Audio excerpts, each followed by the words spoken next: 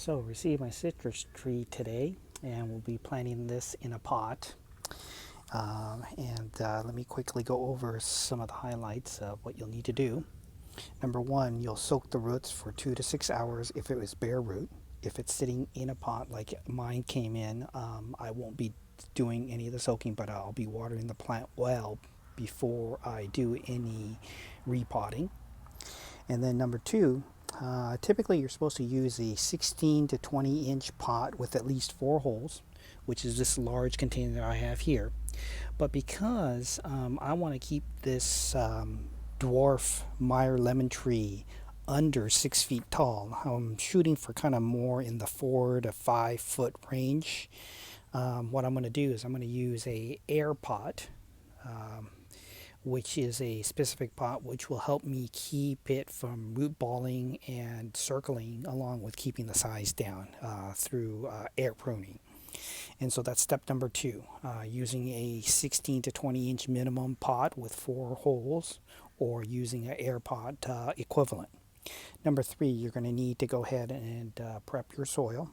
You're going to need 1/3 vermiculite, 1/3 perlite, 1/3 peat moss, with sand optional. You're going to pre-wet your soil, and you're going to mix in about 1 to 2 cups of citrus fertilizer, and then you're going to top off with a cup of azomite. So let me show you the ingredients here. We have 1/3 vermiculite, 1/3 perlite, 1/3 peat moss.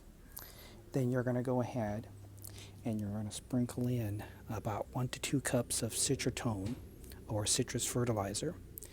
I went ahead and did that already.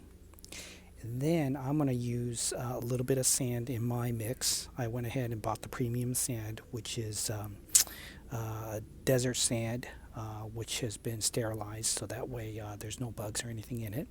And then once I complete the potting, I will go ahead and use about a cup of azomite that I will sprinkle on top of the potted Meyer lemon tree. Now, once you have everything potted and the tree into the new pot, you're going to go ahead and water it very well.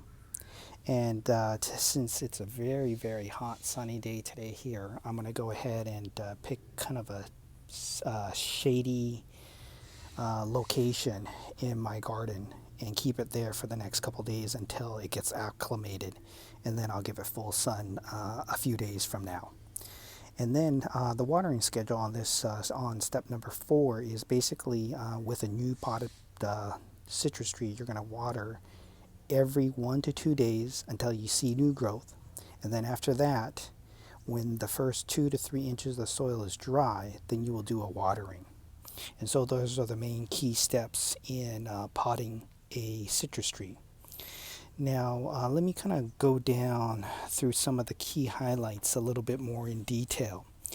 Now, citrus trees typically have a pH need of somewhere between about 5.5 to 6.5, so it's a slightly acidic soil that you're going to need. The peat moss that I use is going to help my potting mix be slightly acidic, plus give it aeration. Citrus trees like a sunny location, and so I'm going to put this through the spring, through the late fall in a sunny location.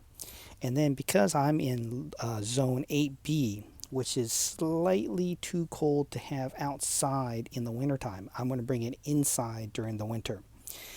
Now, typically we only get a couple days of frost, or every other year we may get some snow, a light dusting of snow on the ground.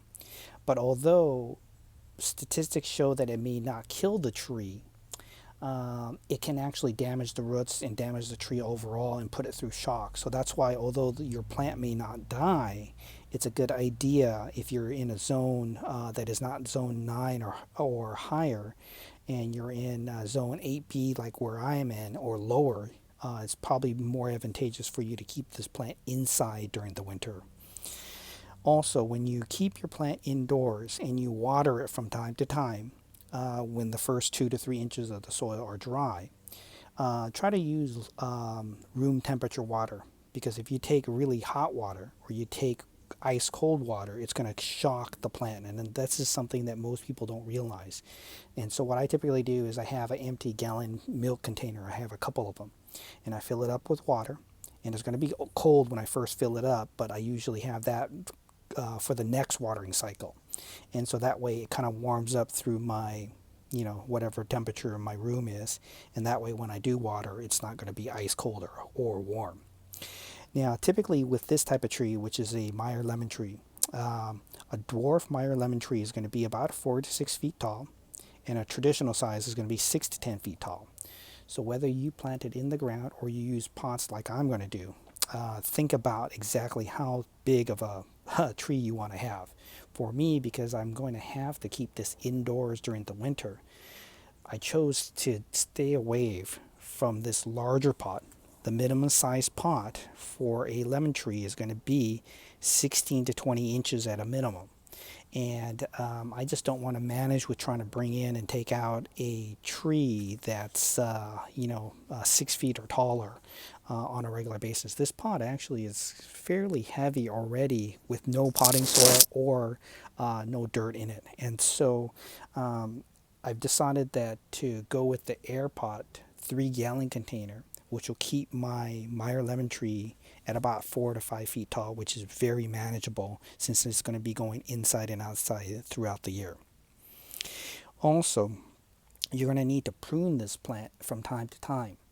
Now, pruning is recommended that you do this after each harvest. So for an indoor plant, it's going to fruit more than once.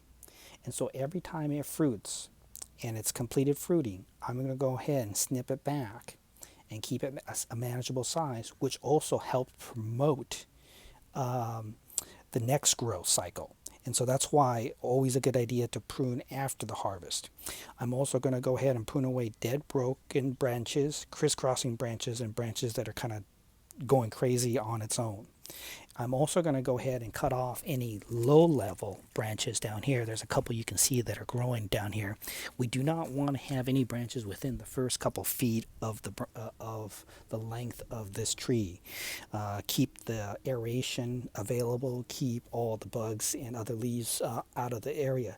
So I'm going to go ahead and prune this back and take away all these low-level leaves because they're unnecessary.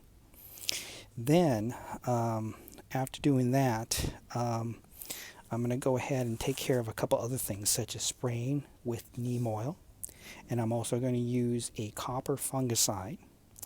And I'm also going to make sure that I take a look at if there's any bug problems when it's outside and inside.